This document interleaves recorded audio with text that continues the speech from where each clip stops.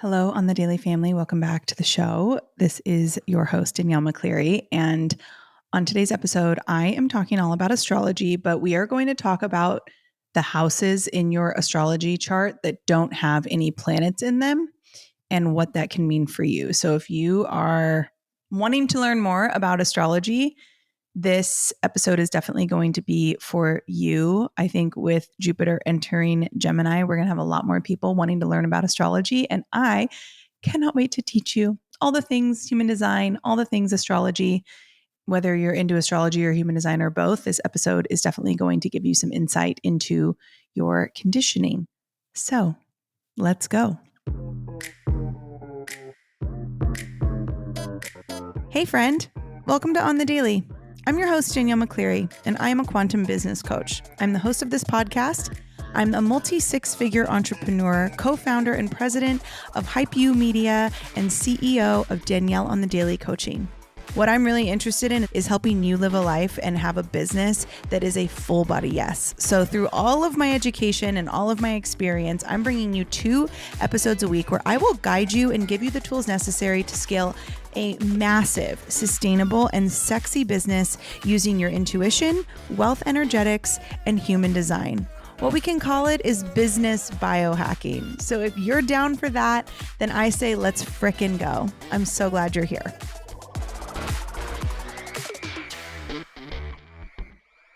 I have a few openings for private human design and astrology coaching. So this is really a bespoke container that is very much tailored to what you need at the time. I've had moms come into this container who just want to understand their kids better and want to be better moms or more aligned parents.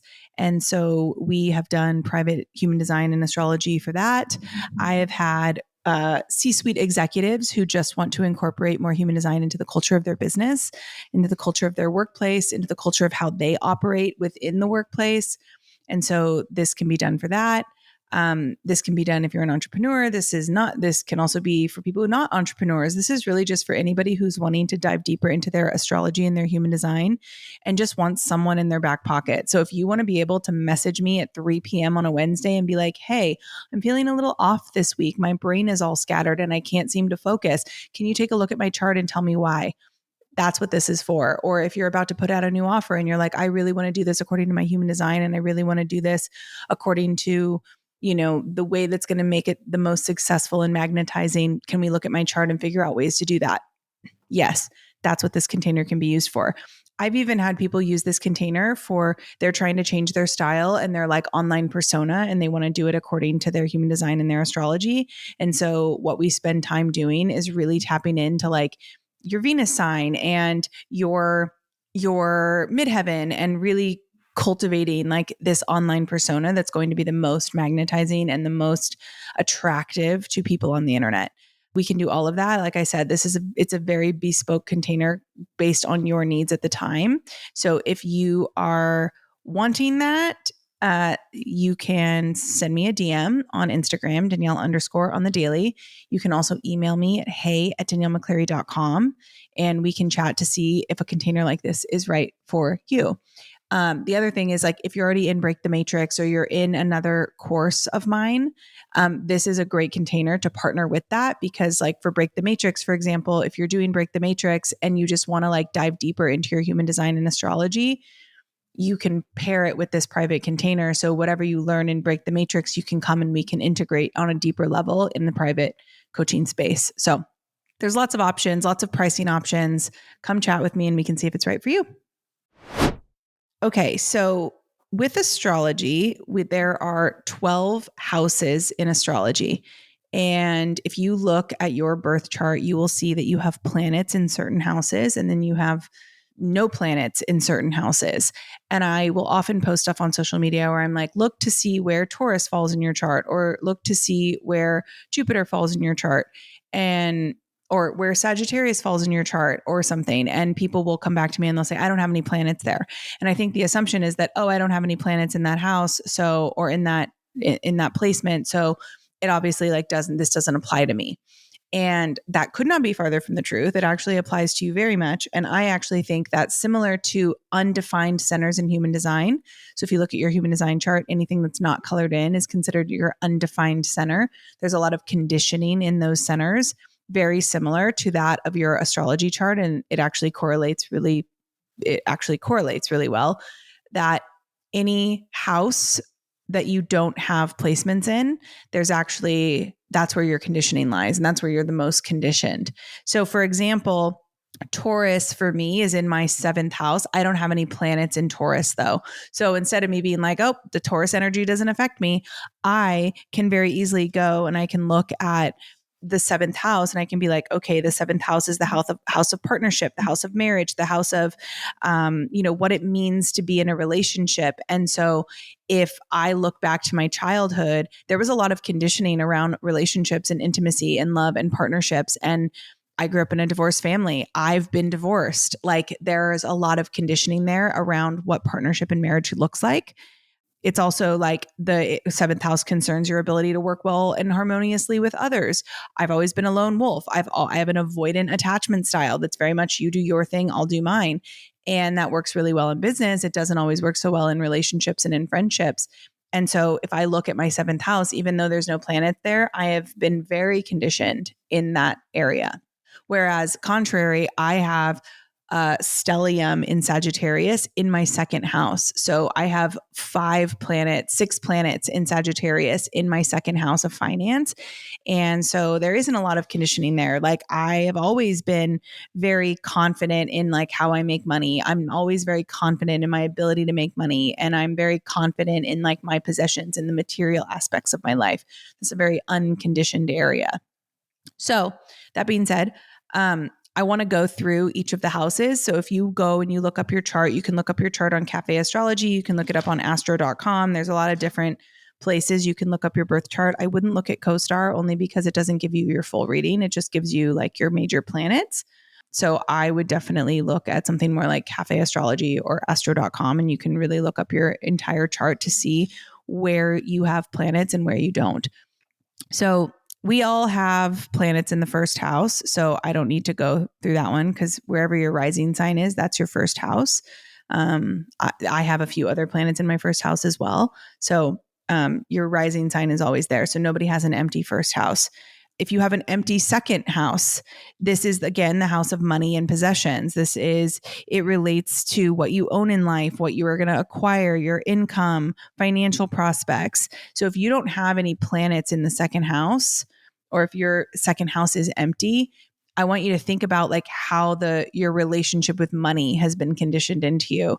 If you grew up like in a family that thought, money was the root of all evil, is that the belief that you've had to unlearn? Is that the beliefs that you've carried with you? There's probably a lot of conditioning in that area.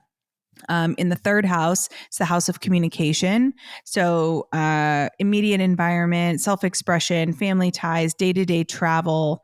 The 3rd house really governs kind of the way that we think and the way that we speak and the way that we write. It manages logic and memory. So if you have an empty 3rd house, my guess is that you've been often kind of made to think a certain way based on maybe your parents or the people who raised you or the environment that you grew up in. A lot of the way that you think has been very conditioned and crafted based on the environment that you grew up in. Self-expression may be dimmed. You may feel not very self-expressed because you've been conditioned to express express yourself, the way that somebody else expects you to. So maybe you're living a lot of like how other people expect you to live if you have an empty 3rd house. If you have an empty 4th house, this is the house of home. So it's the house that governs your home life in the past, present, and future. It can indicate the kind of childhood you had and your relationship with your parents. So if you have an empty 4th house, what was your relationship with your parents like? Like, did you rely on them heavily? Was there a lot of conditioning at home? And did you grow up with a lot of conditioning in your childhood? And how does that affect your life today? An empty 5th house is the house of creativity, the house of sex. It rules over everything we do for pleasure to express ourselves creatively. So sexual nature, sexual urge, children even, and the joy that you may receive from them are governed by the fifth house. So if the fifth house can also relate to entertainment, holidays, amusement, arts, love affairs. So it's it's the house of creativity and sex. But if you have an empty fifth house, how has your conditioning around sex been? What is your relationship to children? Is there a lot of conditioning in like the way that you creatively and sexually express yourself? Do you feel sexually dimmed? An empty fifth house can really, there can be a lot of conditioning around that. The sixth house is the house of service and health. So this is your daily routines when it comes to your health. In modern day, this house kind of rules the relationship with the people that we work with, but more people that are our subordinates and our employers. It also relates to the state of your health, and it applies to illness brought on by worry or emotional upset. So if you have like, I always feel like if you have an empty sixth house, like you may have a chronic illness, you may have like autoimmune disorders. You may not have a good health routine. You may have a really, really, really weird relationship with like bosses and people that you report to, just depending on, how that conditioning has shown up. An empty sixth house can kind of be the culprit for that. I already explained empty seventh house, but that's the house of partnership and marriage. So if you have an empty seventh house, what was marriage like for you as a child? What was your partnerships? What did that look like? And how did that shape you as an adult? The eighth house is the house of death and regeneration. This is the house of the occult. This is it surrounds like sex, birth, death, afterlife, legacies that you inherit, material and spiritual. So taxes, debt, just stuff that can be passed on in a legacy. So if you have an empty eighth house, I would definitely look to see how the relationship of like the afterlife and like legacy and how was death kind of presented, and how has that conditioned you in your beliefs around death, or your beliefs around legacy, your beliefs around taxes, your beliefs around leaving money for people, or just anything that has to do with kind of the afterlife, sex, death, rebirth, generation in the afterlife.